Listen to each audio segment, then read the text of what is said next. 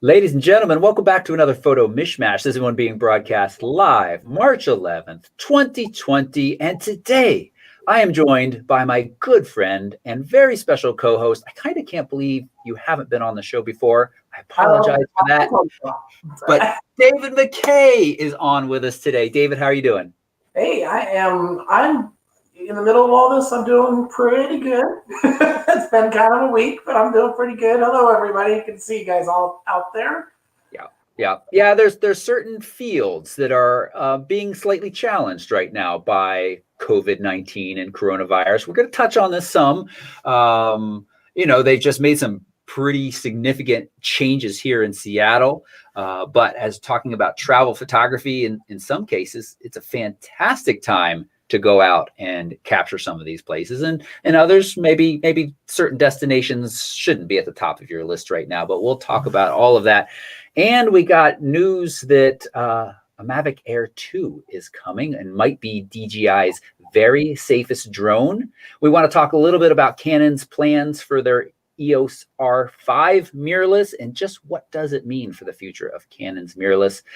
And I want to share a little bit about my road trip that I just got back from, which was an absolute blast. So we're going to talk about all of that, plus review your Lightroom pictures, your pictures in Lightroom, and answer your questions live. So I also want to take a moment and thank the chat room for joining us as I motion over here to where I have the chat room all running so I can say hi to everybody. Thank you so much for being here. And just a reminder that if you're watching this, you're probably a PEN member, Photo Enthusiast Network. Thank you so much for your membership. It's an awesome, fantastic community, tons of resources. But first and foremost, it is that community. You're so supportive of each other. You're so helpful when people post pictures or have questions. And it's just an awesome place to grow as a photographer. We are offering a fantastic deal right now to join. You can learn more at photorec.tv/pen. David Mckay, for you, I think most of you know, like 98% of you watching probably know. But just in case they don't, David Mckay, you are one of the founders of the Photo Enthusiast Network. That I am, yeah. Myself and Allie, my wife, of course, and you and Steve were the founding members. Almost hard to believe. Well, we came up with the idea about 2 years ago now. I think is when we came up with the idea, and where are we? A year and a half in, something like that now, I guess. That's right. I think we started seriously discussing it in Croatia. In 2017, right? 2017, that's right. Yeah. So we're coming up on 3-year anniversary of having it a vision. Well, I mean, I know what I had in mind, and we've talked lots. But for you, what did it mean to build this and be part of this? Well, you already had a great community of people, that you had, and obviously the Mckay photography group was great, but we just really felt that idea of having a place that I think is a community place that's safe for people to come to. I mean, so many times people are involved in chat or forums and on Facebook or other groups, and it's just not a very kind place a lot of times. And to have a place that people could come, learn, and feel like they belong and feel like they could ask any kind of questions, and that the group would support them, and we would be there to support them. We just thought, man, I think this is going to be a great resource and something different. And I think as we've grown, we've accomplished that, especially with the new website that's come out and the way the discussion boards are going. And I mean, I'm really happy with everything myself. It's great. Yeah. And you referenced that community that I'd started as part of this YouTube channel, and that was fantastic, but it was becoming apparent to me that it was not just unmanageable by one person. I wanted to provide those people in the community with fantastic value. And there were starting to be questions that I wasn't an expertise in, portrait photography or real estate photography, and just some other forms of photography that I'm definitely not an expert in. And being able to partner with you guys, work with you all to build this community that just has so much as far as resources goes, covering a huge array of content. Just really proud to be part of that. Yeah, and I'm excited. We've had some guest commentaries lately. We've had Chuck and his astrophotography was just crazy amazing.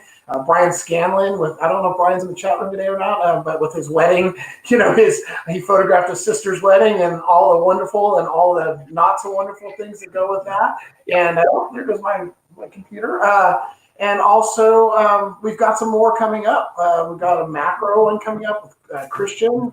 Hagar's got one that is about to be released, and Jeff Galanowski. Sorry, Jeff. Toby, we haven't even talked about this, but he's putting together a couple on his event photography. How he's done that, because he's gone from not knowing anything in photography to in 3 years making some pretty decent money doing event photography and sports team photography, printing on site, and he's putting together a whole thing on how he does that. I mean, to me, that stuff's, that's just amazing to have a community that can do this. Yeah, it is. It's invaluable content, and I love hearing and I love watching our community members grow as photographers, whether or not it's becoming a serious side business that they hope to turn into a full-fledged business, or whether or not they just want to improve their macro photography. I love seeing the improvements in our community. And we'll get to a section of the show where you have submitted images, and we're going to give you some tips and tricks for editing those in Lightroom and Photoshop as well, too. So, okay. And as I said, and just a quick reminder, Squarespace is also a sponsor of the show. Again, I think it's one of the best places, if not the best and easiest place to build a website in 2020. Their drag and drop interface just makes it so dang simple. And in the new 7.1 platform, if you start a website today, that's what you'll be building on. They have the idea of portfolio pages. They've always had galleries, but now they have an idea of a portfolio page, which makes it super easy to set up these nice little links to keep everything organized. David, I'm going to put you on the spot. If you have like one tip for somebody says, hey, I'm a great photographer, come look at my website. What is the one thing that you would like to see? And I'm sorry I didn't brief you on this question, but I just thought of it. What would you like to see when you land on their website? Simple and condensed work. So the site, simple to get around. Didn't used to be that way when websites first came out, but just nice, straight, simple, to the point. But I think the biggest thing that I see is people put way too many variances in their photographs. They'll put a color and then a black and white one of the same thing. They'll do, and instead of getting down to their very best, you're much better to have 10, 15 amazing photographs than 30 photographs where those 10 get mixed into something that's just kind of, because that just takes away from it. You want to blow people away. Yeah, great. That's great. That's good, solid advice. And Squarespace does make it easy to keep things very simple. But it is up to you, the photographer and builder, to be selective about what you're sharing with the world, and certainly keeping it less quality over quantity. Yeah. Any of those times. Yeah, that's great. All right, now we're diving into the part of the show where, I don't know, we just kind of talk about things that have been going on in the last week. I think we're going to talk a little bit about coronavirus right now, because as you referenced, David, you run a travel photography company, and you've been a little impacted. What kind of changes have you seen over the last couple of days or last couple of weeks as this has all developed? Man, it's been nuts, and it's been stressful, but we're making it through. For us personally, we have 2 trips to Italy coming up, and one of those starts in mid-April. We made the decision finally, after they basically put restrictions on all of Italy the other day, to just postpone that one. Our clients have been awesome. I see a couple of our clients in there that are going on a trip. I know Pam Nyman's in there. Pam Casey's on your trip coming up, the second one, but the logistics of it and the mass hysteria of it, the questions, unknown questions, and that that's one of the hardest thing is people are asking me questions that I don't have the answer to, and it literally changes by the hour. One moment I'm saying one thing, and literally 10 minutes later, Delta is saying, "Hey, we're canceling flights from Atlanta, Rome." 24 hours later, we're canceling all flights to Rome until April 30th. You're like, what? So there was just no way. So for myself, it's been incredibly stressful, but sure. I'm thankful we have great clients, as you know, and they've been awesome and understanding. This is unprecedented. I mean, we've never seen anything like this, and but anyway, yeah, and we can only do what we can do, right? That's and right. That's what we're doing. And again, just thankful we have such amazing clients. But right now it's just the one tour. I think by the second Italy tour, which the main tour starts the first part of May. Those travel restrictions only go till April 3rd in Italy, but it remains to be seen in this country what's going to happen. And I think the next week we're gonna see a whole lot happening here in this country. Yeah. Yeah. As you know, I'm in Seattle, so we've seen some pretty big changes. They announced earlier today that all schools will be closed for the next 2 weeks in an effort to limit. I think it's, I don't want to make judgments over any of the decisions that people are making. They're making hard decisions. They're weighing lives and they're weighing economic impact. And, some people might say, well, why, if there's lives involved, is there any discussion at all about economic impact? I mean, there is in the world that we live in today. That's what those people are deciding. So it is an unprecedented, crazy situation. We do have a domestic trip that I'm leading, the first Southwest trip, leaving on Saturday 4. Very much looking forward to that. Again, the nature of our travel generally, Italy trip aside, generally we're going to be in places that are devoid of humanity. Right. And we're going to be in the small groups, and I'm really looking forward to it. I think some of these places are going to be even quieter than they are usual and offer up some fantastic opportunities as well. So yeah, we'll see. We'll see. And I mean, they've canceled out here. They've canceled the travel and adventure show that we do. We do a number of those shows. One in DC, one in Atlanta was off the charts. There was a ton of people. I was shocked. But DC was down about 80%. They had to cancel the San Francisco one, not cancel, but postpone the San Francisco one, I should say. And it is hard. When I find out that there's a hotel or hotels in Venice that have been in families generations for 300-400 years, that they don't know how they're going to survive this. That's the thing that I start thinking about. Like, okay, well, yeah, you've got to weigh this. And I know, there's a whole public out there that's listening, and I don't want to, be down on anything, but I do think that I don't know, man. I think when they find out, I think in the States, my personal feeling is in the States, when they find out, when they can actually do all these tests, which we're waiting on. They've only tested about 8,000 people now, 8,500 people. And I think my lights are doing a little something weird. Sorry about that. But I think that 8,500 people, they've already got 1,000 cases. So what happens when they test 100,000 people, 150,000 people? And then when they see how many cases there really are, I think that then we'll really see that mortality rate is not what everybody's been feeling and all that. But, they don't know yet. And so I understand that. And as long as people can kind of somewhat remain calm. But shoot, I'm telling you what, I have to be honest, for Italy, I was so bummed to postpone the first tour. And the reason why, because it's Italy, but two, I honestly felt like, we're going to be in Venice and we're going to have Venice just like to ourselves. I think it's going to be one of the safest places when you guys end up going. I think it's going to be one of the safest places in the world to be, because there's not going to be tons of tourists. Yeah. And you're going to have quiet, Right. Quieter than it's been in I don't know, 2-3 decades probably. Yeah. Easy. Yeah. So I think it's going to be incredible. Yeah. And just again, from the perspective from Seattle, yes, they did just close schools. Roads are a little quieter, but people are going about their lives. We went grocery shopping yesterday, and people are out, people are shopping, people are doing what they need to do.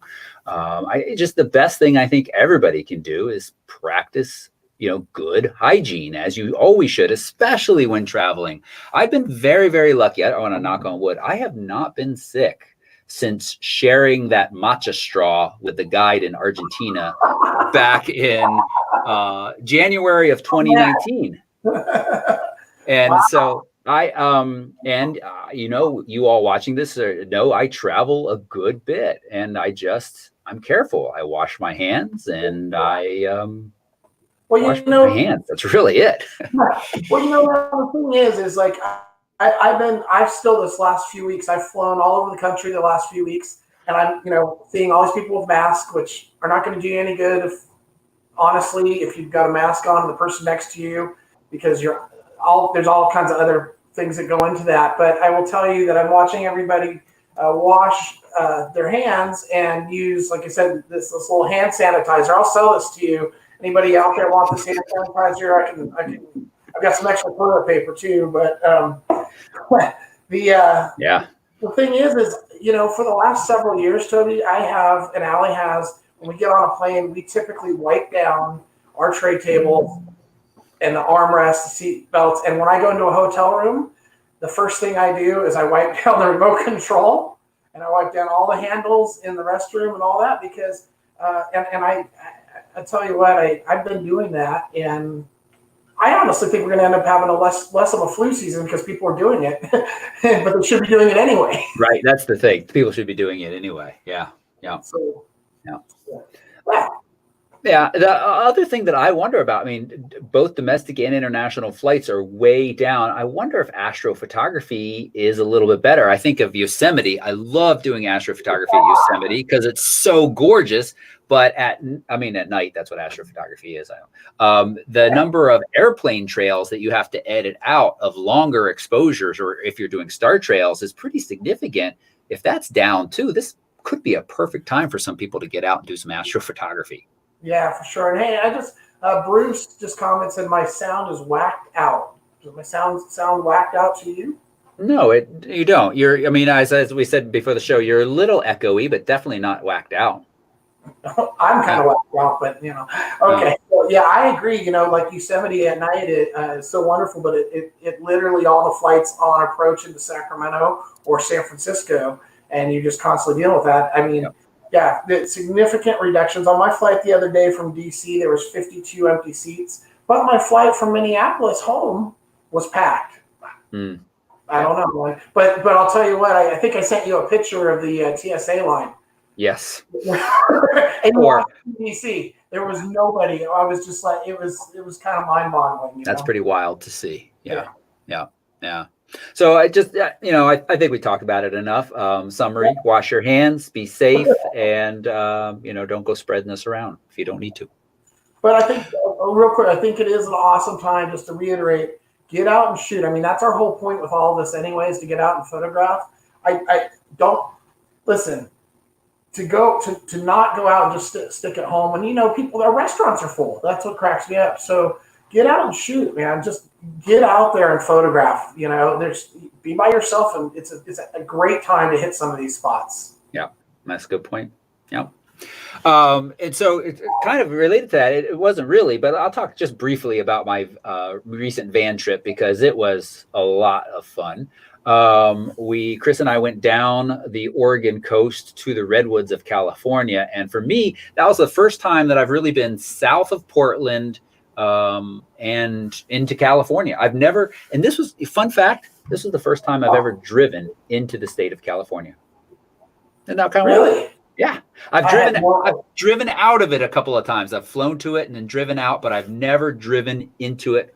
Especially from my home, because mostly lived on the East Coast. But that was a fantastic trip, and Southern Oregon coast was just gorgeous. Really, really lovely stuff. If you don't already follow me on Instagram, you're watching this. Oh, and I also wanted to say, hold on real quick.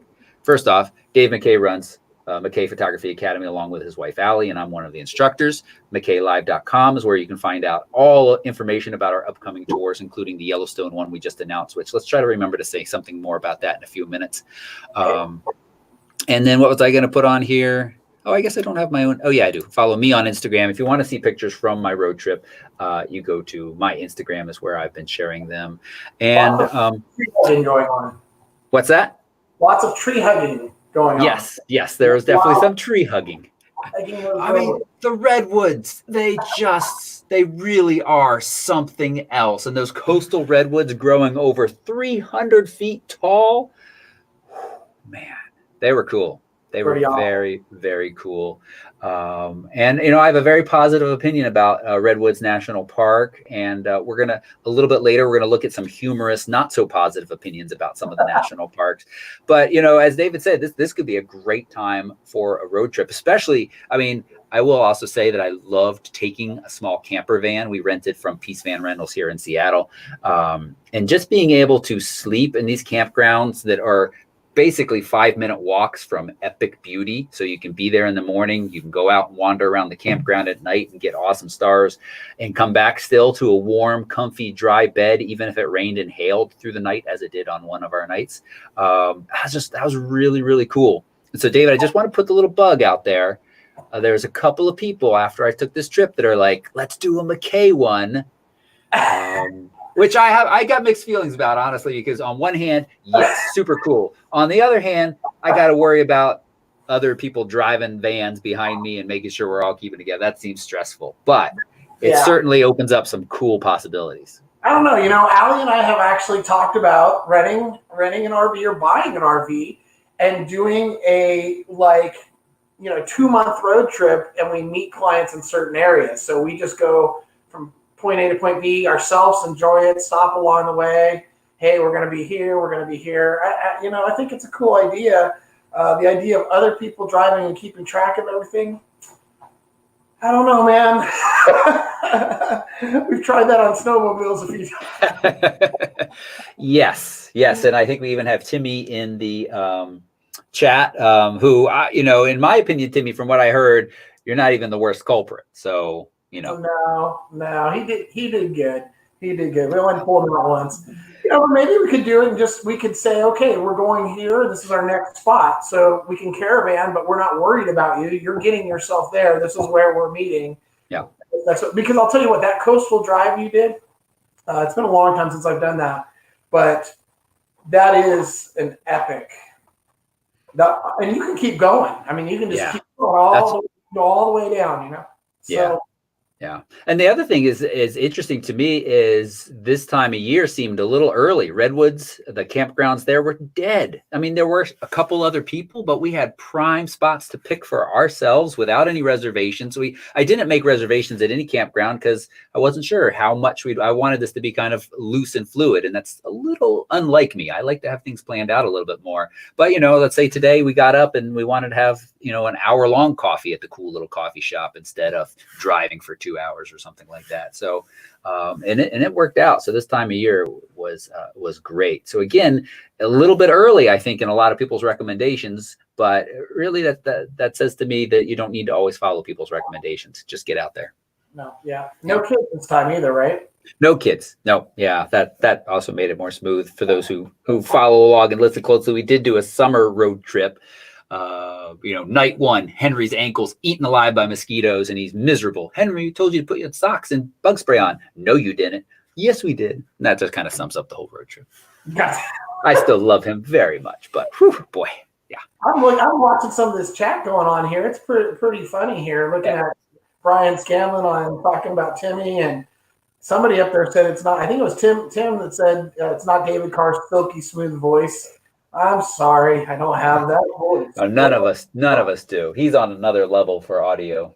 Sorry. Yeah, they're good stuff. Brian remembers me being grumpy at him for wiping out before he even start. Brian, it doesn't even register on my radar. I don't know. So I'm sorry if I seemed grumpy. I may have been at the moment, but I clearly, forgot. Mostly just forgot. That was the first trip he said he wiped out before even hitting the trail. Yeah, it's good stuff. All right, we're in the side of the show where we're going to dive into Lightroom pictures, but I think this would be a good spot, David, for you to talk a little bit about your background, because as for those who don't know, most people watching do, but for those who don't, where are you coming from? Where do you have any say in whether or not this is a good picture or a bad picture? So can you tell us when you got started in photography and some of your kind of recent experience? And you got some letters after your name too when you were being more serious. Is that just help me out here. What is it? Like the m.photog.cr, you mean those ones? Those ones, yes. Yeah, sure. Well, yeah, so, I go back a ways. I actually worked in a photography store in high school when I was 17. And I started then. By the time I was 18, I opened my first studio with my previous wife, and we started a photography studio at 18 years old. We literally started by taking and hand drawing flyers and putting them on cars in the Albertsons parking lot for portrait sessions, and that's how we started. We shot all medium format film and got our feet wet and photographed hundreds of weddings. And fast forward through the years, later in life, Allie and I'd known Allie for years, and we put our businesses together. She was a high-end wedding photographer and portrait photographer. At that point, had a high-end portrait studio. Made my living mostly doing, real high-end portraiture, meaning thousands of dollars for sessions. Don't want to be all cocky, but our average portrait session would sell for over $5,000.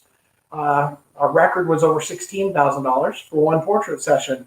Of course, when the recession hit, so that's awesome. When the recession hit, we lost immediately about 25-30% of our business here in California with real estate contractors, mortgage agents, home equity lines. And we realized real quick, we were still doing these huge sales, but when you lose 25% of those kind of figures, it gets a little crazy. Well, at that time, Professional Photographers of America had Allie and I start coming out and teaching at their conferences, mostly state conferences. And we'll talk a little bit, I think, about PPA on another time, I think. But, we were teaching in these large rooms, 1,000 people. And we were coming in and we were sharing with people just where we were at, that, we were hurting like everybody else. And we quickly found that we also had a number of our own clients that had cameras that wanted to learn, and we started teaching them as an extra side of income. That turned into taking that experience, teaching all over the U.S., thousands of clients, and fast forward, here we are, and it's been quite the journey. And so, we officially closed the portrait studio officially about 2 years ago. This year, we just stopped anybody, even unless it's a past client, we just are not doing those sessions because of our own time and sanity. Mm-hmm. The letters, the M.Photog is one, and that's MAP, stands for Master of Photography from Professional Photographers of America, and the CR stands for Craftsman. And in the world, Professional Photographers of America is the oldest nonprofit organization right now in the world, actually, over 150 years old. And out of that 150 years, there's been somewhere, give or take, around 1,500 people attain what's known as the Master of Photography. And that's through just your images being awarded, through teaching. You get these items called merits. And so Allie actually got hers a year before mine, and which was anyway. There's no rivalry in this relationship, is there? Not at all. You've never seen anything. But anyway, that's what that is, and you attain those by reaching these points. And I actually on the those that are Photo Enthusiast Network members, I have written a tutorial. From start to finish, what to do to compete and start working, and that is going to be coming out probably, I guess, next week. Maybe, I guess we can use that as a Tuesday tutorial. But it's all about from start to finish how you can go about that. And we do have some members that are going that route, starting to go that route. David Newbold, Tanya's going to start entering. Tanya Wilhelm. Paul Anderson is going to start entering, and I think Roy is going to start entering. Steve, man, he killed it last year. So anyway, so that's what those letters mean, and those letters also allowed me to go through judging classes, and I have judged at not the highest level, which is nationals, but I've judged at the state level, which is you have to be pretty much the top of your game to be able to do that. And so that's my background, long time now, 32 years. That's awesome. That's awesome. So you've got some background and some ability to judge the value of photographs that we're looking at. And I just say, for those of you who are interested in PPA or not interested, that's okay. Not everybody has to go that route, but the fact that what they provide in that feedback to the images, it's one of the things that I'm most proud of that we provide within the pen community is the feedback on your images. I know it's tough to put your work out there in front of other people, but it is, other than the fact of actually taking pictures yourself, I think it's the best way to grow as a photographer. What do people with more experienced eyes, more experienced in photography see when they look at your photos, so they can help you see when you're out there in the field what to avoid, what to include, etc. Absolutely. Absolutely. That's how I've grown the most. Kyle, you asked who got our Hasselblad first. I will say that I ordered mine first, but Steve was closer to the B&H photo, so he got his first. But I ordered mine first, Kyle, just for the That's a whole nother relationship rivalry, right? Who got the Hasselblad first? And who has their hands on it at any given moment is always interesting when I'm on the trip with you two.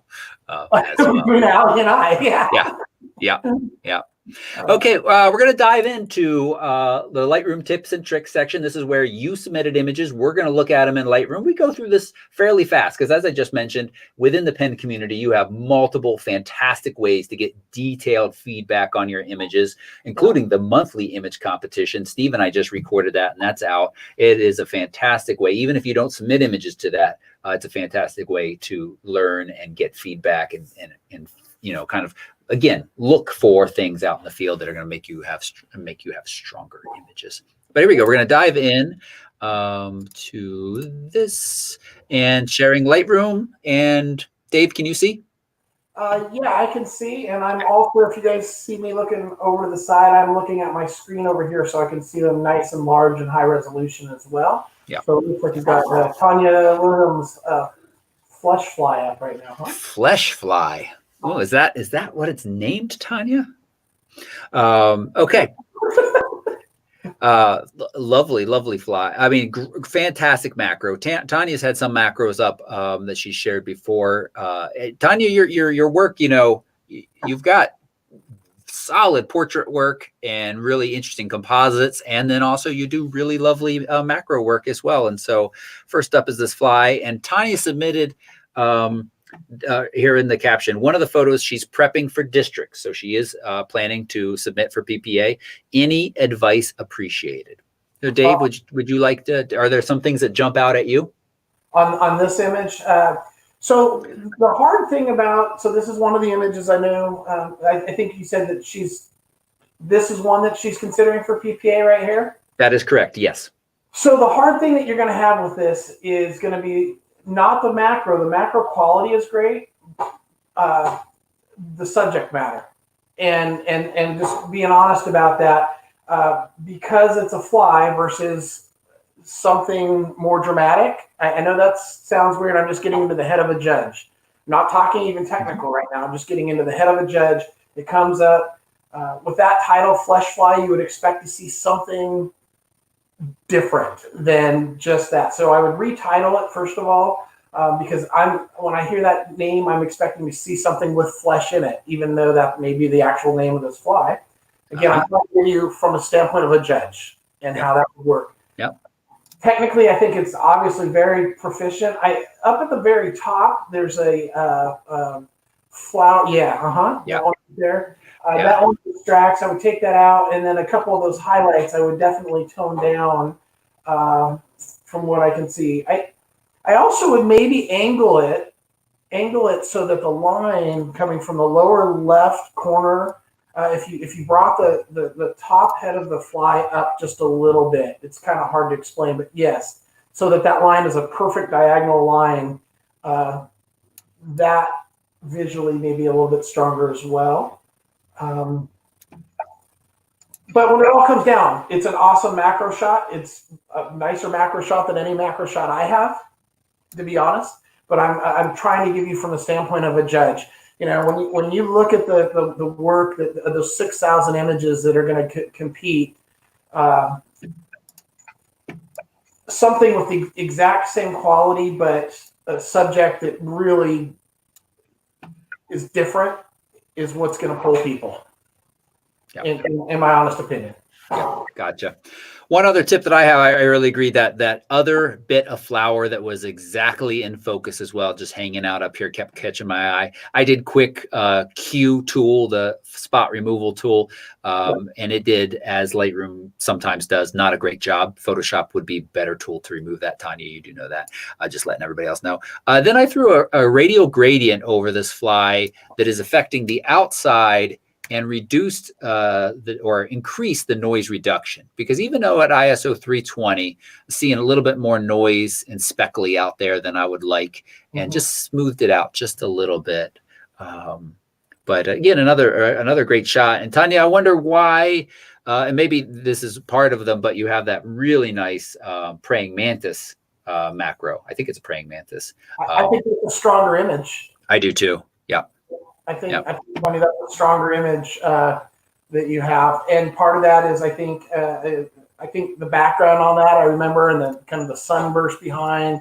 I think there's more of a story in that image as well, and I think that I think to the judges will have a little more impact. Yep, nice. All right, we're gonna move on. We actually got another macro. This one from Robert Tanner, and.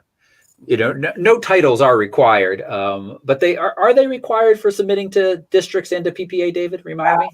Yeah, okay. Absolutely. And what happens is the image name is called, and then the image shows up. So that title plays into what that judge is going to hear. So when they hear something, it really wants to tie in nicely, and that will help it emotionally take it to another level. So.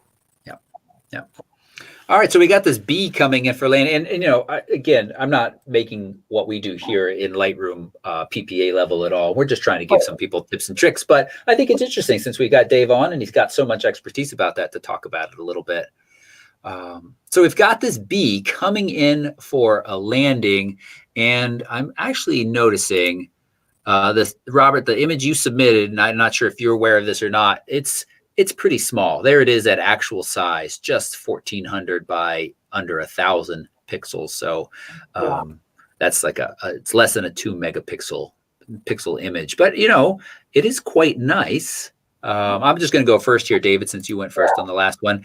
The first things that I notice is one, this other white flower here. And I think it would be pretty easy to remove, especially in Photoshop, because the background is so nicely out of focus and kind of abstract that you should be able to get rid of that. And then you really have what you want people to focus on. This bee coming for a landing on this flower right here.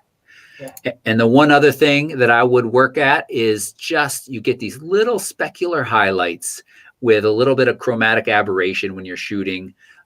With certain lenses and certain lighting conditions, you can see they're not white. They're just got fringed with the purple and the green. And in Lightroom, you can go down to the lens correction and under manual, and you can make sure that that is all on. Under profile, remove chromatic aberrations. And if it's still struggling, you can get the dropper and you can bring it in there, and it does a really magnified view, so you can select that color and hopefully will do a little bit better job. You can see it now has reduced that. You can put it back in there. But you also might want to just clone those out. Anything else you noticed, Dave? Well, I'm seeing the one that I've got here is not cropped like that one. So did you crop that in, or did he okay. So this is Lightroom picking up Robert's DNG. So it's picking up his edits that he already made. I see that. Okay. And I forget that sometimes too. Yeah, no, that's okay. I just want to make sure. I actually think that was a good move to crop it in and to place the bee on the third. The highlight in behind the bee as well. I would work that as well, and the highlight just to the left of the bee. That one, any of those. So I think if you tone those down, took that one out. Again, I think that would be really good. It may be worth a shot to try to flip the image as well. I don't know. Without seeing it, and it may or may not work, but it might be worth it to try. Yeah, see, now you're coming in from left to right. Might like that. Yeah. I could probably go either way on that. I think that big flower up top that you were talking about taking out, without that there, because now it even becomes more prevalent to my eye on the left side. But it's a cool shot. like to see I'd like to see you a little bit tighter in when you're shooting, if possible. I know that's easier said than done, especially if you're afraid of bees like I am. So They're friendly. Bees are our friends. yeah, not All right. mine. Let's like move that. on. I'm sorry? Yeah. Okay. Oh, I definitely. Oh, you're breaking up a little bit. And where are we at here? Okay. All right. Sorry. There. All right. All right. Next up, we've Jeremy got Lab and Crab Harbor, Dead Tree Island. And this does look, yes, it is a long exposure. So 30 seconds. I love some of the streaking going on in the sky, a little bit of motion up there. I really love that contrast against the kind of still, sharp rocks. Are you there, Dave? yeah, Okay. Yeah, I'm here. You hear me okay? Yeah, I can. Yes. It just was quite quiet for a minute. Okay. Well, I know you're not used to that with me, so. You know what? This image right off the bat has a lot of impact. I feel like everything's a little bit tight. Up at the very top, everything is centered, and it's just difficult. I feel like what happens is I come down into the reflection on the bottom, and then that tree stops, which there's nothing he can do about that. And see, again, I'm looking at this from a little bit different standpoint. I'm not saying this isn't a beautiful image. It is a beautiful image. And the fact of the matter is I have thousands and thousands of images that might be really nice images, but when I'm really getting selective, really selective, then I start picking them apart, myself. But I'd like to see a little bit more sky up top. And it would have been interesting to have been there and seen if this image could have been isolated without the rock on the far right-hand side, and maybe even shot and put in the thirds, depending on what the other side that we don't see is. Because I feel like I keep being drawn to that other rock next to it on the side. Yep, I see what you mean. I'm popping over to Photoshop here for a second. Eventually, it's going to open up. It's always a little bit slower when I'm running the streaming as well. But just to show, adding a little bit of sky up here as well. So if I go to image canvas size, and I say that I want it to grow that way, and let's say 6,500 pixels. And now we have that top up there. We can select that, including a little bit of the sky, and edit content aware fill. I passed it.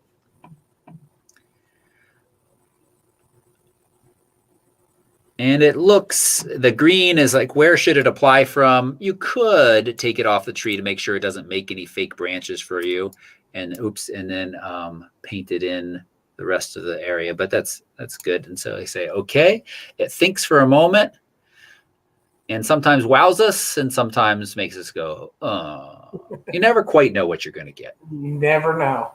And I've used the same technique twice and got 2 results. So, hey, not bad. Not bad at all. No, and then you could kind of maybe bring those, the sky, you could, play with that even more and get those streaks to come all the way across. See, that really opens that up a lot. There you go. Make it nice, a long pano. See, now that to me is much stronger right there. Yep. Nice. Yeah, that is, again, Jeremy, and I feel like a broken record oftentimes, but we're out there photographing, we're out there walking around, we see this scene and we're like, ooh, that's cool. And we bring the camera up to our eye. We're very focused on what our subject was. We saw it out there in this 3D world with all the sights, the smells, the sounds, the feel of the wind and the water seeping through our tennis shoes. And then you get it in front of a viewer and they don't have that full experience. You need to create an image that just beats them over the head with the subject. It's just like, here's the subject. Yeah. Boom. Yeah. Again and again. And so just simplify. This is very cool. This is a cool shot. And I think there's a lot to love here. And just for anybody who didn't know, just now I can close this and say save, and it's going to come back to Lightroom and sit alongside the original. Nice. All right, let's talk about Kevin Walks. I'm done talking because everybody keeps commenting that they're missing David Carr's voice over there. Yeah, I mean, I'm insanely jealous. When David Carr is on with me and I listen back and I listen to him and then I listen to me, I'm like, oh. And as I told you, I'm like surrounded by nice sound dampening moving blankets. That's my budget version. And maybe that's my issue. I need to soundproof the ceiling too. But to have a studio where it sounds that good, well, I mean, you probably need to be a Grammy Award winning member of a band or something like David Carr was. Maybe. Yeah, maybe. Yeah. Okay. So first thing I'm going to do is I don't think those rocks in the front add anything. Do you, Dave? I don't. I feel like it separates the image. I think it would be better, almost a long pano on this one, Kev. Yeah. Something like this. And then I would play around. I love hint of that green water there. I saw some of that on my road trip as well. I'd play around and see if you can, oops, I don't mean to do global adjustment, get the brush and green tint and saturation and come through and see if you can really kind of highlight that color in there. Because I think that's part of the interesting story. The other part is that curl of the wave and the spray that you have there. Anything else? Yeah, the thing about this is one of those images, Kev, that it is a super nice image. But again, when you're talking about just impact and what other people see, this is one of those things, man, where, you're hoping for a better sky. You're hoping, you got to get out at the time of day when that sky is going to have more impact because it just falls off into that gray and all the light is just harsh all the way around. And because it's a wave and it's seen, waves are seen all the time, it's got to have something extremely special to really pull a viewer in. Again, Kev, I'm not saying it's not a good image. It is a good image, but I'm trying to help you continue to just grow and be the best you can. So, yeah. And Vince has a good question in chat that I think we should address right now while we're talking about this. How much of an image can be a composite before PPA gets upset? Or that's not exactly how he phrased it. Where did it go? Before they call it a composite? Yeah, before they call it a composite. How much can be auto-created before they call it a composite? I'm trying to understand what the term auto created. You mean just creating from scratch? Well, like what we did in Photoshop, where we basically created a swatch of sky from from nothing. There's no problem with PPA. Some people don't like that, but you can do whatever you want to do to make that image as strong as it possibly is for impact, as long as it's technically proficient. The problem is a lot of people create stuff and they're not technically proficient at it, and that gets into trouble. I will say this, that they also have what's known as the artist category, which is a category where people do submit work and they show what they started with and what they've created from bare bones. So they show like an old image from the 1800s, an old fence, a zebra, and all these individual, and then they put it all together and create some amazing piece of artwork. That's an artist category that is different, but it is no problem to do what you just did to that image. Where you added some sky for impact and things like that. So yeah, nice. And I mean, we always have these discussions on trips. That is up to the artist. That is up to the photographer. Some people are very much purists. And do as little post-processing and as little editing as possible. And some people do lots and lots, and it's your art, man. Do what you want. Yeah. I mean, if the contest specifically states that you can't, and they want to see the raw file, that's a different thing. And I think that's valid. I think especially in journalism, that's a very valid contest. It's like, this is the image, what I captured on the street that moment, and here is the raw image, so you see it the way it is, But I will tell you, just from studying not only just art in general, but photography, a lot of you may know who Dorothea Lange is, and I wish I had the picture to pop up, but the photograph of the lady, she's got the baby in her arm, and it was taken during the Depression. The migrant mother. Yes. My mother, yeah. Yep. Most people don't realize that she took an entire arm out of that photograph and changed some things in order for that photograph to have more impact in the storytelling. There it is, right there. Yeah. I see it. And yeah, most people do not realize that word, that negative was actually changed, and which is crazy because you had to change it on the negative. You had to do, in essence, Photoshop on the negative, and it was crazy detailed, and But yeah, that image was actually altered, and from the original. Yeah. Interesting. All right. Great question. Good discussion. Let's move on. Talking about impactful moments. Paul Anderson's Heron and Fish Stare Down here. I just titled that myself. That, Paul, if you need a title suggestion, there you go. That might be a little too literal, but Stare down. It's good. Stare Down. Yeah. Wow. Just very, very cool moment captured. I just can't. I mean, that's pretty damn awesome to say. Yeah, and I don't know the color on it. If we're dealing with that output, the Pro RGB versus sRGB, when you export or whatnot, the color has a really weird blue cast to me. What I'm seeing, so I would warm that up a little bit. But I think the fact that you captured that moment alone, I'm sure you've cropped in. It looks a little noisy, but the fact that you've captured that moment, that's one of those things from a PPA standpoint. Even with some of the other highlights and things like that, that one is going to win judges over because it's a moment that's remarkable. Yeah. It's a moment where you were either incredibly lucky or you still were incredibly lucky, but you sat and, waited for this. So either way, that has a lot of impact. I'm definitely seeing, it feels cool in the shade. And so I took your suggestion there, Dave. I warmed it up a little bit. I also, in the detail section, I increased the noise reduction, and we started to lose a little detail in the feathers. So it's a really fine line to walk. But what I love is, even with noise reduction up, we still have the fantastic neck feathers, which just have so much detail and impact that I'm not too worried about losing detail here. And we do have the kind of that color noise too. So I'm going to move that color slider to the right just a bit. And you can see how that really, and I'm not sure how much of this is coming through in the compressed video, but that really cleans up the feathers a good bit. So I would play with that noise reduction panel a little bit there as well. And you can still bring sharpening back up a little bit.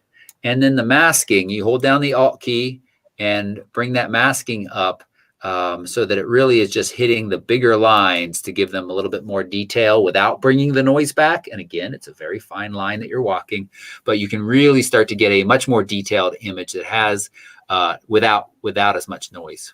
Yeah, and I'd like to see it because I do think it was cropped quite a bit. I'd like to see just a tad bit more space on the back right by that last feather. I'd love to see this just in the third a little bit more. I know the idea is to come right in on the center, but I think the whole image had a little more room. It was shifted right just a little bit. Then that line of that fish coming up would be really good, and you could see maybe a little bit more of the circle that's on the left-hand side from the splash. If it's just so it doesn't cut right there. I think that would be really nice. Just to let it breathe a little bit. But amazing moment.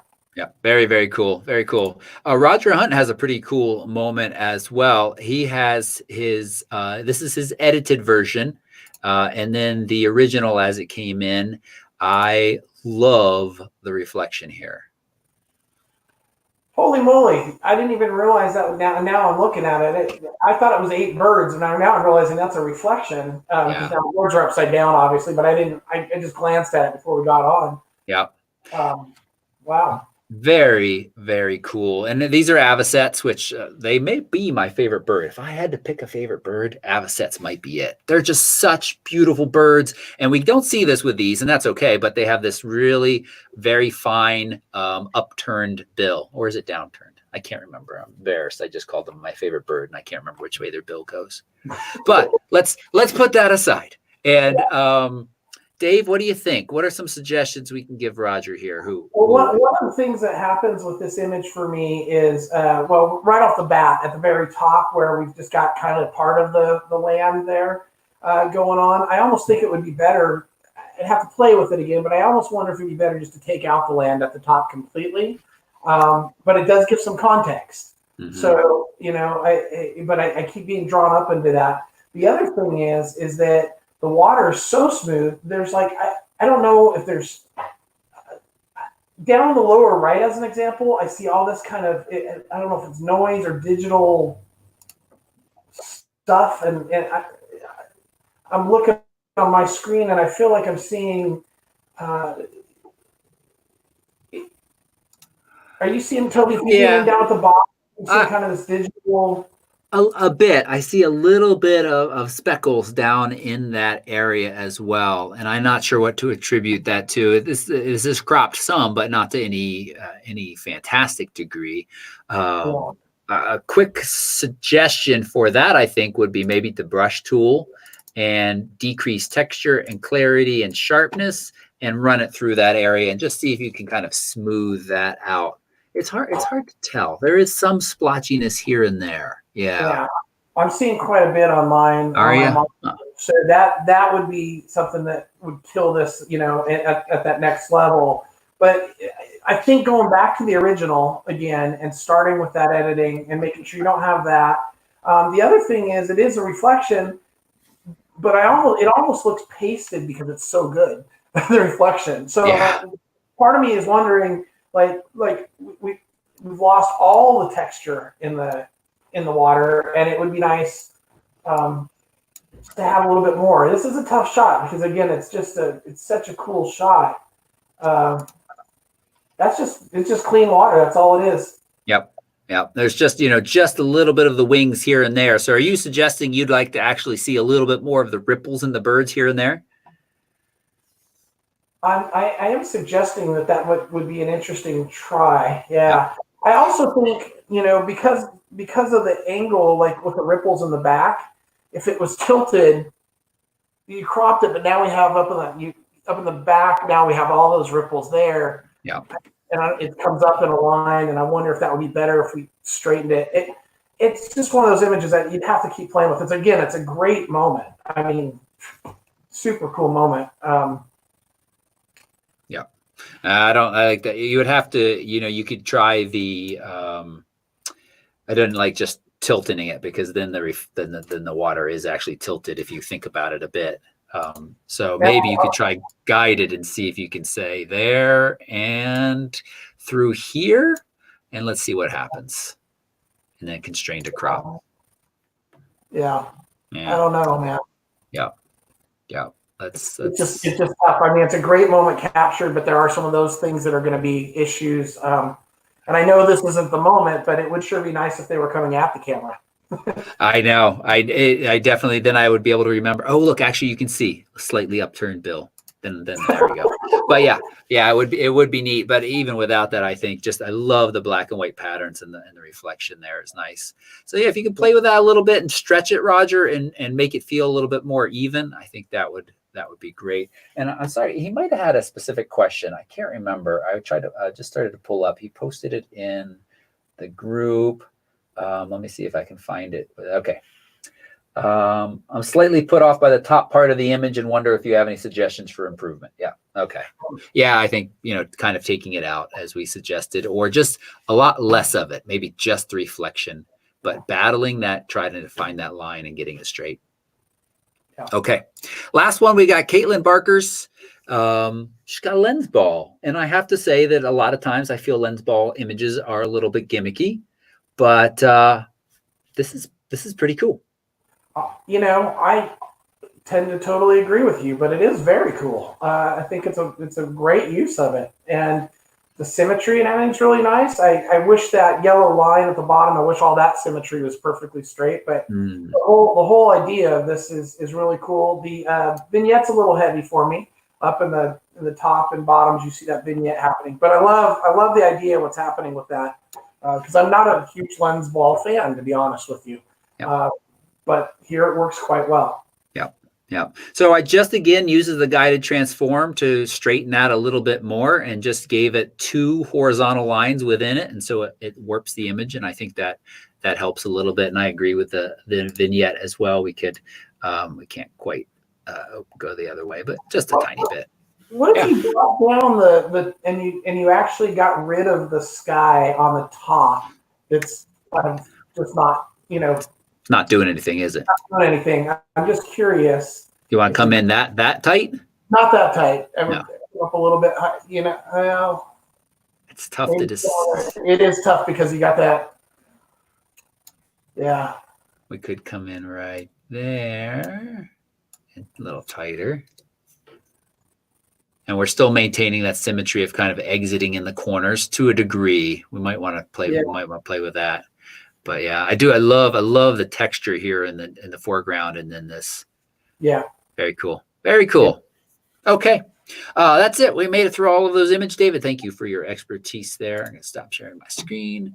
And here we are back here and back to this view.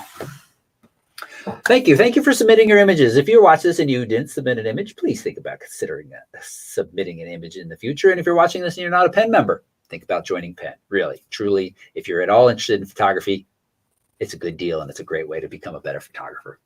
Okay. I said we're going to keep the show to an hour. I always try to do that. I know you got class tonight, so we're going to hurry through some news articles and bits of information.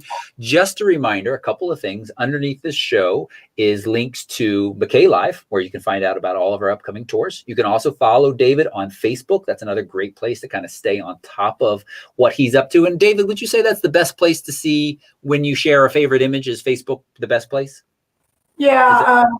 I don't do much I don't do anything on Instagram really. So yeah, there and I am developing a website for new galleries, and it is going to be it's going to be galleries of my work and Allie's work, but also of all the MPA instructors, and we're going to feature work that each of all of us have for sale as well. And so that is coming.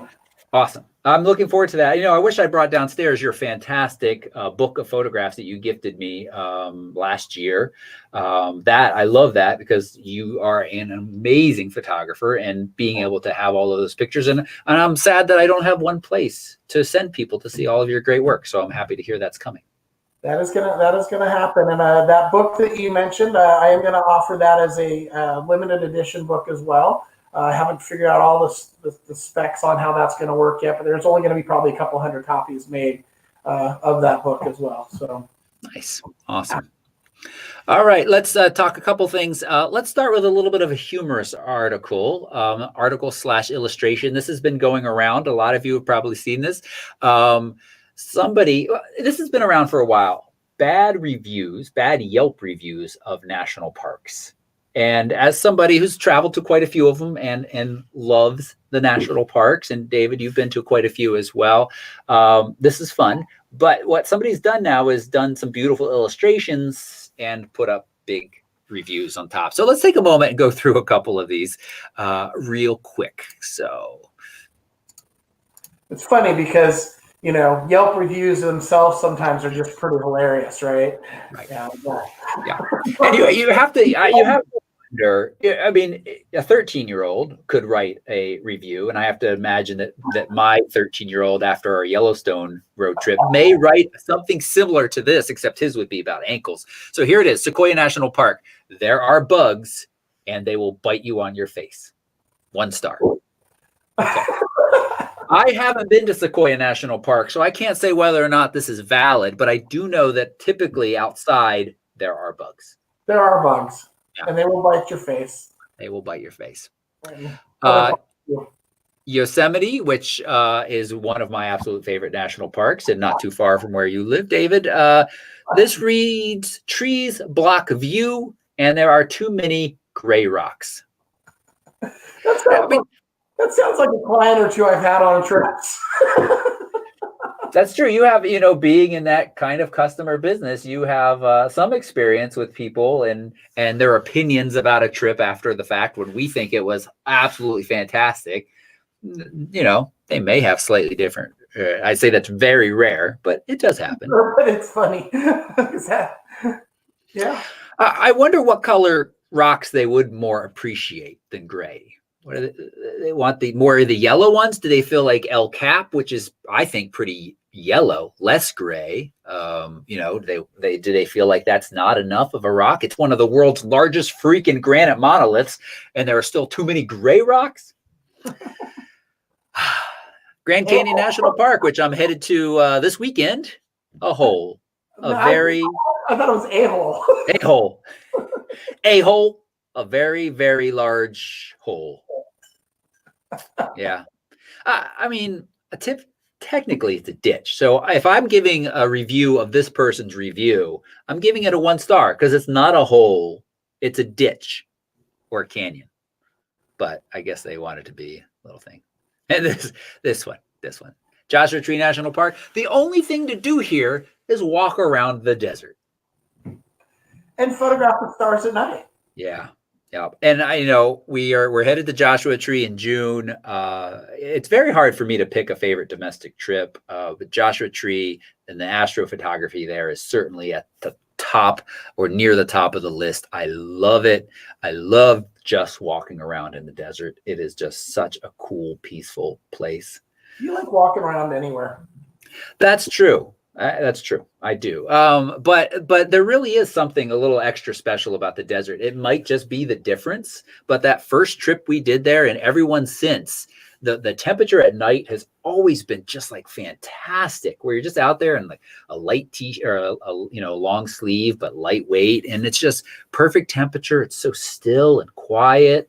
And you just hear people talking and taking pictures as the group is going around. It's just really cool. Isle Royale, no cell service and terrible Wi-Fi. That would be my son's Yelp. My son had a chance to go see polar bears, and because he was not going to have internet for 2 weeks, he declined. Yeah. My 13-year-old might decline as well. My daughter would be right there, but that's fine. Grand Tetons, all I saw was a lake, mountains, and some trees. What did they want to see? That would also probably be the same son. So there are more of these, but we're going to get onto some other news. But you can find these if you just Google 1-star Yelp reviews, National Parks Illustrated or something like that. And I love these illustrations too. This is Amber. What's her first name? Amber Share, I think, is who is actually doing this.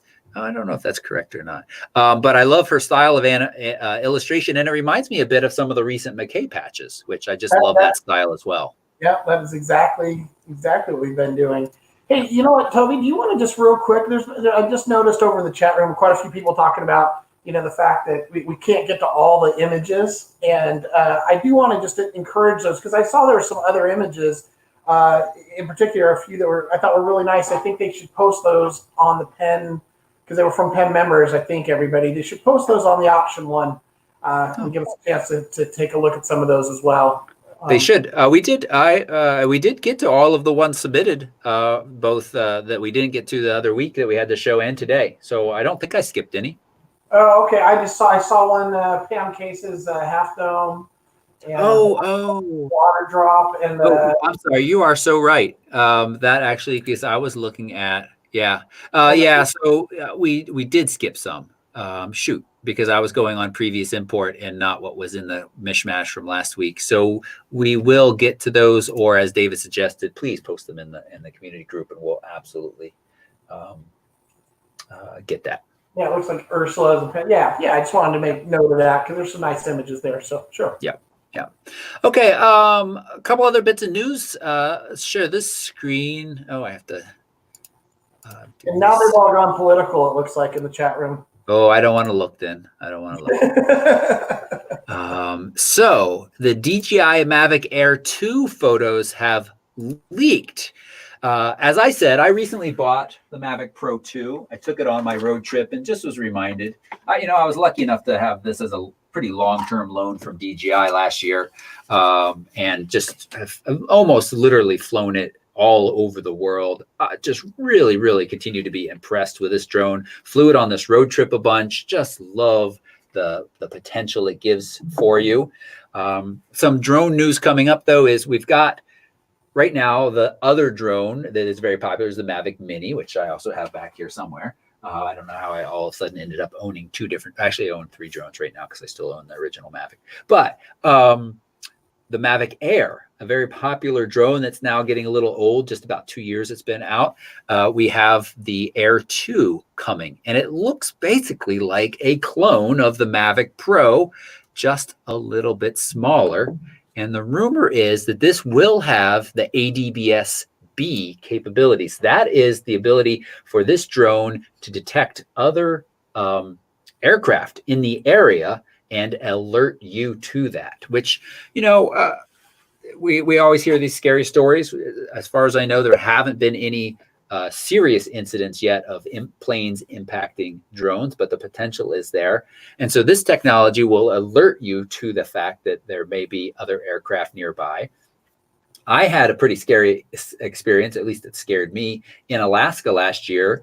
I was traveling with Frank and Steve. We were way up north, nobody anywhere around, but we were near the Alaska pipeline, which is the great oil pipeline that runs from Prudhoe Bay all the way down to the bottom of Alaska, basically. There are no restrictions around flying around that pipeline, and we were up in the mountains, epic scenery. I put the drone up. I was well under my 400-foot limit and flying it, having fun, and all of a sudden, no sound warning at all.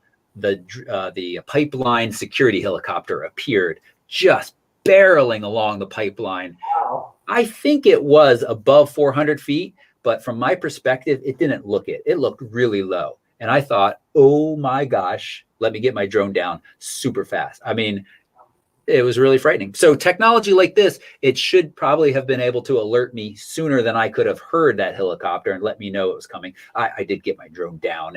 There was no impact or anything like that, but it was certainly a little scary. So hopefully that will happen. I wonder how it's going to detect that, because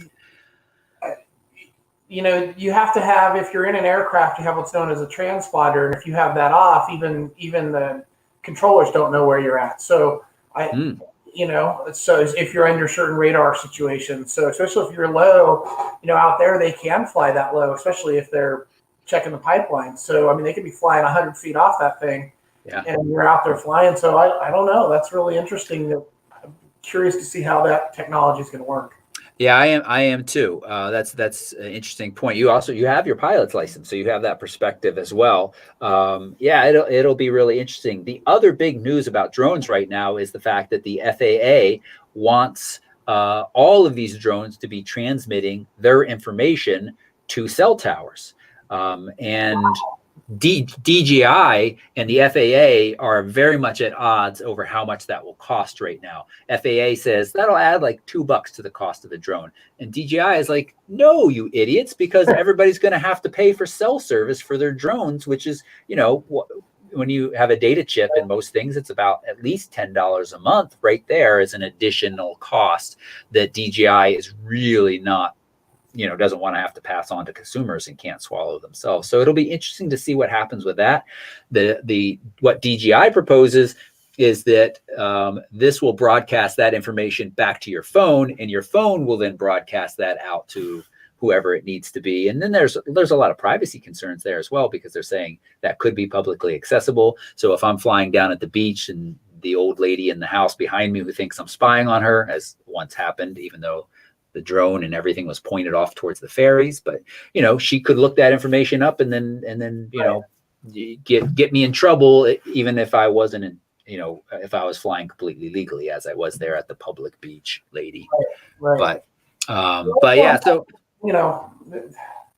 and this technology is going to keep getting smaller and smaller, so that's why they're probably wanting to do that, because I think they're at a point now where you can literally launch this thing and have it back, and nobody knows who you were, where you were. They didn't even see it, as opposed to the older ones that I used to fly, and I think that's part of the reason is they just want to know, when it all comes down, they want to know who's been flying where. Yeah. All right. And the last little bit of news that I want to talk about for a moment. Let me see if it's not sharing the right thing. I I need to get better at this. Let's see. I have to stop screen share, reshare it. Chrome tab. Is this DP review article about what does the EOS R5 tell us about Canon's mirrorless plans? I think this is an interesting article. I'm going to basically summarize it for you. Some of it we've already talked about on the show. Clearly, the name R5, the 5 line, has been, I'd say, Canon's bread and butter. That is portrait photographers' wedding event. That is the camera that has sold so well for Canon for so many years, and for them to give this mirrorless camera that same designation, I think they're hoping that it will be at that level. And this article is a little bit dismissive of the EOS R and the RP models, saying they kind of were testing the waters, and now this is the first model where they are truly serious about it. One of the things that I think is very interesting is that they believe the price is going to be $3,500 territory, based on the fact that that's where the DSLRs that have the 5D Mark III, 5D Mark IV have been launched at. Yeah, that makes sense to me. Yeah, it makes sense to you too, David. Yeah, I mean, I know it sounds funny, but $32.99. Yeah. 35, it goes up in your head, but that's right in there. That makes sense to me if it's all that, Yep. if it's got what it needs to have, sure. The one thing that I'm really curious about, this is supposed to shoot 8K video, which would put it in the realm of a much, much more expensive camera on the video side of things. So they may drive the price up if it really does truly shoot 8K, and if it's not some kind of a little bit of a marketing gimmick. But it is clear that whatever it's going to do, it is going to push video capabilities forward. They don't want to call it a flagship because, of course, that's reserved for their 1DX line as well. But this is interesting, and no real word yet still on when this is going to actually be released. And we started the show talking about coronavirus. I don't necessarily want to end it talking about it, but it's clear that is impacting the photography industry as a whole, outside of travel photography, because most of our stuff is made in Asian countries, and Asian countries are being highly impacted by this. Yeah, we'll see what happens. I mean, my hope is a couple months and we're back on track, and they'll really figure this thing out. I think they will, but yeah, it's definitely long-term effects. Though it takes time to reverse all the effects that have already happened. And I mean, I know we're not talking don't go into politics over there, but we are in a political year, and all this stuff factors into all of it. And so it's kind of interesting how it all comes down. On this camera, I would be curious, Toby. So as somebody that's shoots the 5D Mark IV systems, shot all those Mark II, Mark III, Mark IV. I mean, I go back to year 2000 and the D30. So. Does it seem like somebody is finally listening to everybody? Does it seem like they're finally said, hey, let's put let's put 2 card slots in this. Let's do this. Let's do that. Does it seem like they're listening finally? It very much does. Yes. And if you could see the back picture of the R5, for someone who's used the 5D Mark III series and on, it's going to feel incredibly comfortable to you, and very, very similar to the DSLRs you've used for years. And so and overall, it does seem like they're saying, hey, yeah, we were testing the waters. You tried a few things, and some of those things didn't work out, and so we refined, and now here is truly our first mirrorless that we're proud of. That might be a little harsh. The R and the RP, they are good cameras. There's nothing wrong with them. Right. But when you put them up alongside some of the other offerings from Sony, especially, they felt a little behind the times, and they felt like they made some decisions that were cheap, to sort of put it bluntly. Yeah. And in this case, it doesn't. So that's where the question of the price, I think, is going to be really interesting. DP Review guys, I love these guys. I trust them very much. If they think it's going to be $3,500, okay. But man, I don't know. I do see Canon saying, hey, this is a super duper camera, guys, so we have to charge a little bit of a super duper price. I don't know. Well, if it has everything that they say it's going to have, I'm not that worried about the video side, but I can see that. I kind of wonder though, how many people really need that 8K right now? Yeah, no, but I mean, barely people need 4K. What's Right. nice is I like it. A couple of years ago when we did the Tanzania trip, I shot everything 4K because then I could punch in a little bit more and produce out at 1080 and have some fantastic telephoto shots or Right. telephoto video. So there's that. That's nice. But for most of us who are interested in this camera, yeah, I'd say like maybe 10% could really make use of the 8K. That's a pretty small number. Right. So it'll be really interesting to see how true that is. Yeah. Hopefully we'll know more soon. Okay, we got a couple of questions that we're going to start to wrap up the show. So first off is Caitlyn Cates, pen member, says she's recently started shooting in infrared. How about some tutorials in processing infrared images? Hey, I think, Kate, that's a pretty good suggestion. Dave, you want to add that to the list? I will add that to the list for Allie, because Allie is the infrared, she has a very specific way that she processes her work. And I think that's a great suggestion that we will take on. Great. Yeah. Prems, I'm going to call you Prems. I'm sorry, I can't pronounce your name. PRZMYSASLAW. Did you guys talk about the XT4 already or in the past? Interested to know what you think of it. We haven't really talked about it on the show, just mentioning it a bit. It looks fantastic. It looks like easily, for most people, the best hybrid APS-C camera out there on the market. When I say hybrid, capable of doing fantastic video, capable of doing fantastic stills, both. Nice compact form factor because it's APS-C, nice compact lenses. It looks very, very nice. It doesn't look drastically different than the XT3, but fully articulating screen is useful, and of course stabilization. So XT3 value I think is awesome. Yeah. And I'm looking forward to getting my hands on the XT4 and shooting it. But for people who travel a lot, and the APS-C line is just a really sweet spot of good performance and really kind of compact, lightweight stuff. Yeah, and I think Fuji has done a fantastic job. They've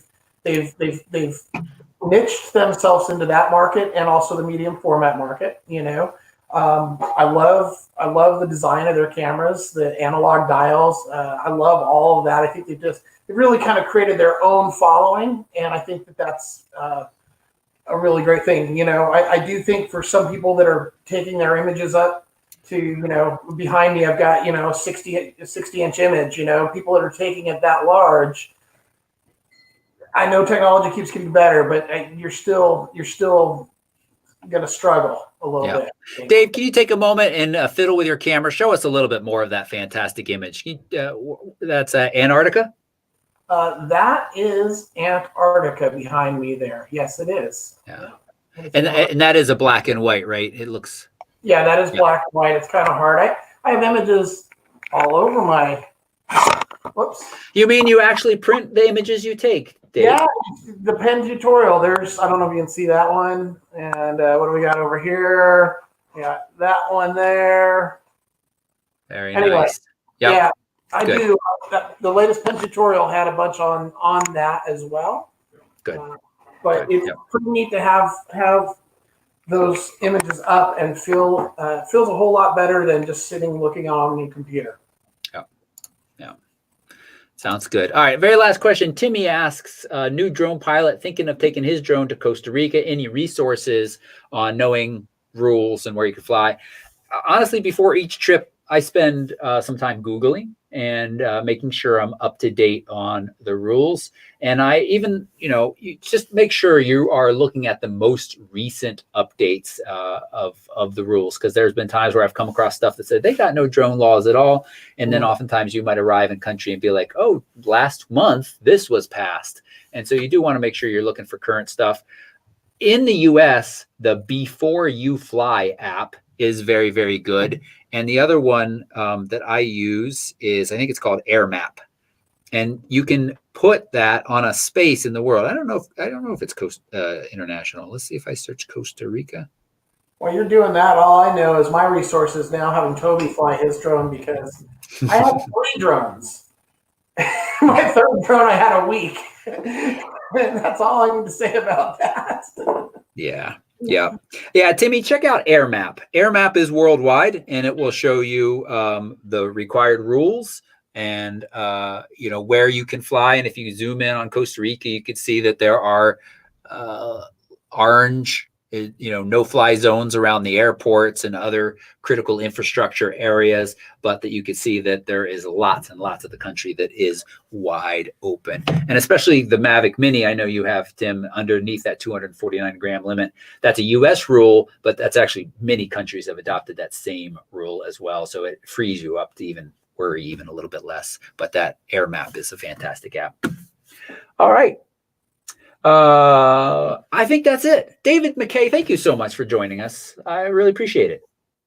Well, thank you for having me on. It was a pleasure. And thanks for the kudos on my work. And thanks for all you do for everybody out there in the photography community, Toby. Oh, it's my pleasure. It's so much fun. Chat room, thank you for hanging out with us. If you watch this much of the show and you haven't already, please take a moment and hit that thumbs up button. And if you're watching and you're not a subscriber, well, please hit that subscribe button along with a little bell to be notified of future videos. I've got my official thoughts on the Sony 20mm f1.8 that I took on that road trip and may be my new favorite star photo lens. That will be coming out soon, along with lots more additional content.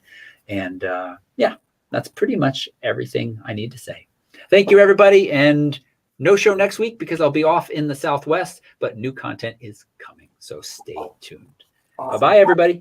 Thank you.